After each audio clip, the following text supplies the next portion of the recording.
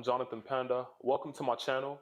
Today, I'm going to share some unpopular opinions from a man's perspective today. And if you feel like you disagree with my opinions, write it down in a comment. And if you feel like you agree with my opinions, write it down in the comments. All right, let's get into it. So, the first unpopular opinion that I have is that tattoos are overrated.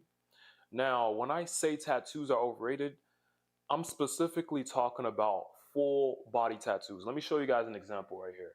So this is what I consider overrated. Now, this guy's tattoos look nice. The designs look nice. The colors, flamboyant, exactly what I like. I love colorful tattoos, but I just don't like seeing someone with a full body tattoo. Like when I say this, like everything, just tattoos everywhere. That's not my style. And this is my opinion, by the way, like I said. To me, I don't like it. It's not that I feel like I'm not the cliche, oh, it's unprofessional. I don't care if it looks professional or unprofessional. For me, that's just not it for me. And I've noticed that a lot of people are starting to get full body tattoos. And I'm like, wow, this is becoming a trend. So I believe tattoos are a trend now. Now, I told you guys I don't have any hate against tattoos. Let me show you guys the type of tattoos I like. By the way, I like sleeves. Let me show you guys the type of tattoo that I would get if I were to get a full sleeve. Y'all see that? That's a full leg sleeve. I think that's a nice tattoo. Plus, the guy is fit, so it makes the tattoo look even better. Now, another type of tattoo that I like, another style of tattoos that I like, are tattoos that look like this. Check that out. Check this out. So, give me 1 second. All right. This right here. Y'all see that? I love tattoos that look like this. Colorful tattoos. Tattoos that where you can see the color on the rainbow, every color on the rainbow. That's what I like. And I think this is nice. I think this is one of the best tattoos I've ever seen. And the designer, the person who got this tattoo, should be lucky because there's not a lot of tattoos that look that good.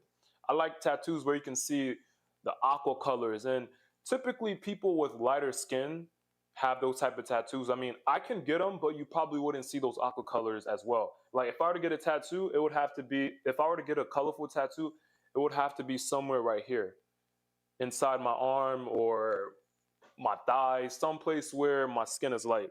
My arm, maybe you'll probably be able to see it, but not as much. Somebody with my skin tone, by the way. But another reason why I don't like full body tattoos is because what if you don't like the tattoo that you got years later? What are you going to do? Now, permanent tattoos permanent tattoos can get removed. If you get it removed, it leaves a stain. And I'm like, I just wouldn't like that. So to say it again, just so that way you guys can fully understand my opinion on tattoos. I like tattoos. I just don't like full body tattoos. And people get tattoos for different reasons. Some people get them for clout. There's no issue with that. Some people get it because their life has turned around, a major event happened in their life, and there's no issue with that. Regardless, if you like tattoos, if you want a full body tattoo, go get it. But full body tattoos are not my style. All right. The second unpopular opinion that I have is that meal prepping is easier and way better than cooking every single day. Whew! If everyone on this planet, everyone that has the capability to meal prep, the equipment to meal prep, can understand this, I promise you this will save your time. The first benefit to meal prepping is, first off, it saves so much time. And one thing about meal prepping is that some people think it's only a thing that fitness people do, but it's not. Anybody can meal prep.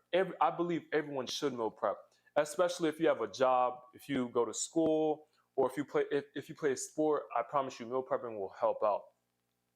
It saves a lot of time because think about this. Normally when you cook, cooking takes about 2 hours. And then after you cook, you have to clean. You have to wash the dishes, you have to sweep the floor, you have to wipe the counters, and That's a lot of work. So in total, you're probably spending 4 hours cooking when you combine everything from cooking to cleaning. And that's a lot of time. Now imagine doing that for one day. Actually, imagine doing that for 2 days out of the week, on Sunday and on Wednesdays. That's only 8 hours compared to doing it from Monday up until Friday. That's a lot of time. Multiply 4 times 5. That's how much time you'll be spending cooking. That's 20 hours cooking. You know what you could have been doing with the other uh, 12 hours? You could have spent that time spending with your family. You could have spent that time doing what you like. If you like playing video games, you could have spent more time playing video games. You would have probably spent more time doing other things in life rather spending it cooking. Now, if you love cooking, by all means, go for it. There's no if you're someone who likes to cook every day, go for it. But if you want to save time, I promise you, meal prepping is the way to go. And another benefit is it decreases the amount of stress in your life. Because normally people that work are at their job for 8, 12, 10 hours, and on their way home, they're tired, they're exhausted. So they're not in a mood to do anything. So imagine you're leaving work and then you have to drive home and then cook. You know how stressful that is? So if you can mitigate that by cooking only twice a week, I promise you, you won't be as stressed and you'll feel much better. You'll know exactly what you're going to eat. Plus, after a long work shift, your brain is not snapping at 100% like how it is in the morning. So you're lazy, you're tired, you're confused, you don't even know. Sometimes you forget how to do certain things, like you forget an ingredient, or let's say you don't have an ingredient, you'll probably then have to go to the store. Rather than if you did that the the day before your work week started, you wouldn't be as stressed. All right. The third unpopular opinion that I have is that county fairs are a scam. And I have so many reasons why I say this. So, the first reason I'm saying this is because I went to a county fair about 3 weeks ago, and the admission fee was $12. Now, I don't have an issue with a $12 admission. That's actually reasonable in my opinion. I think $12 is fine. But the scam starts when you want to enjoy your time there. The reason why I say this is because most county fairs, you have to have tickets to get on rides. And in order to get those tickets, you have to pay for those tickets. And it's not like you pay the $12 admission fee and then they give you tickets. No, you pay $12 to get in, and then you have to pay some more money to get the ticket. And the scam continues when you have to present the tickets to the ride that you want to ride. See, each ride isn't just worth one ticket. They're worth like 4 tickets. And these tickets are $1 each. So think about this. You want to get on a ride and you have to pay $4 just to get on a ride. Let's say you enjoyed the ride and you're like, I want to ride again. You have to pay another $4. Let's say you didn't enjoy the ride. You're like, I want to ride something else. You have to pay another $4 if you want to ride another ride. Y'all see where I'm going at with this? Y'all see why I think it's a scam? That's the reason why. And let's say you're done riding all the rides and you're hungry. You want to buy food. Guess what? You're going to have to pay some more money to get some food. And by the way, the food at county fairs are not cheap. They're expensive. One hot dogs are not large.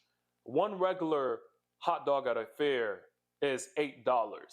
And you think about that, you're like, what kind of inflation is this? Because you can go to any grocery store, buy a 12-pack of hot dog franks for $8, probably even cheaper depending on which store you go to. Basically, an $8 hot dog is like paying for 12 hot dogs, is what I'm saying. So that's why I feel like county fairs are a scam, because the food there is expensive, the rides are expensive, and then you have to pay for everything. And here's the thing. Most county fairs are held at big mall parking lots, which means that they're limited on the amount of space that they have. So there's not a lot of rides there. So you can probably be there for 20 minutes and you've basically done every attraction that the fair had in store for you. It's all like a money grabbing scheme, in my opinion. Now, I hope you all like this video. If you enjoyed this video, I'd appreciate it if you give this video a thumbs up, like, and subscribe. And leave a comment down below on what you thought, your opinion. If you agreed with my opinion, write it down in a comment. If you disagreed, write it down in a comment. And also, come back for another video. So I'd appreciate it if you all subscribe, so that way you guys can enjoy more videos like this. I'm Jonathan Panda. Thank you for tuning in. I'll see y'all in the next video. Peace.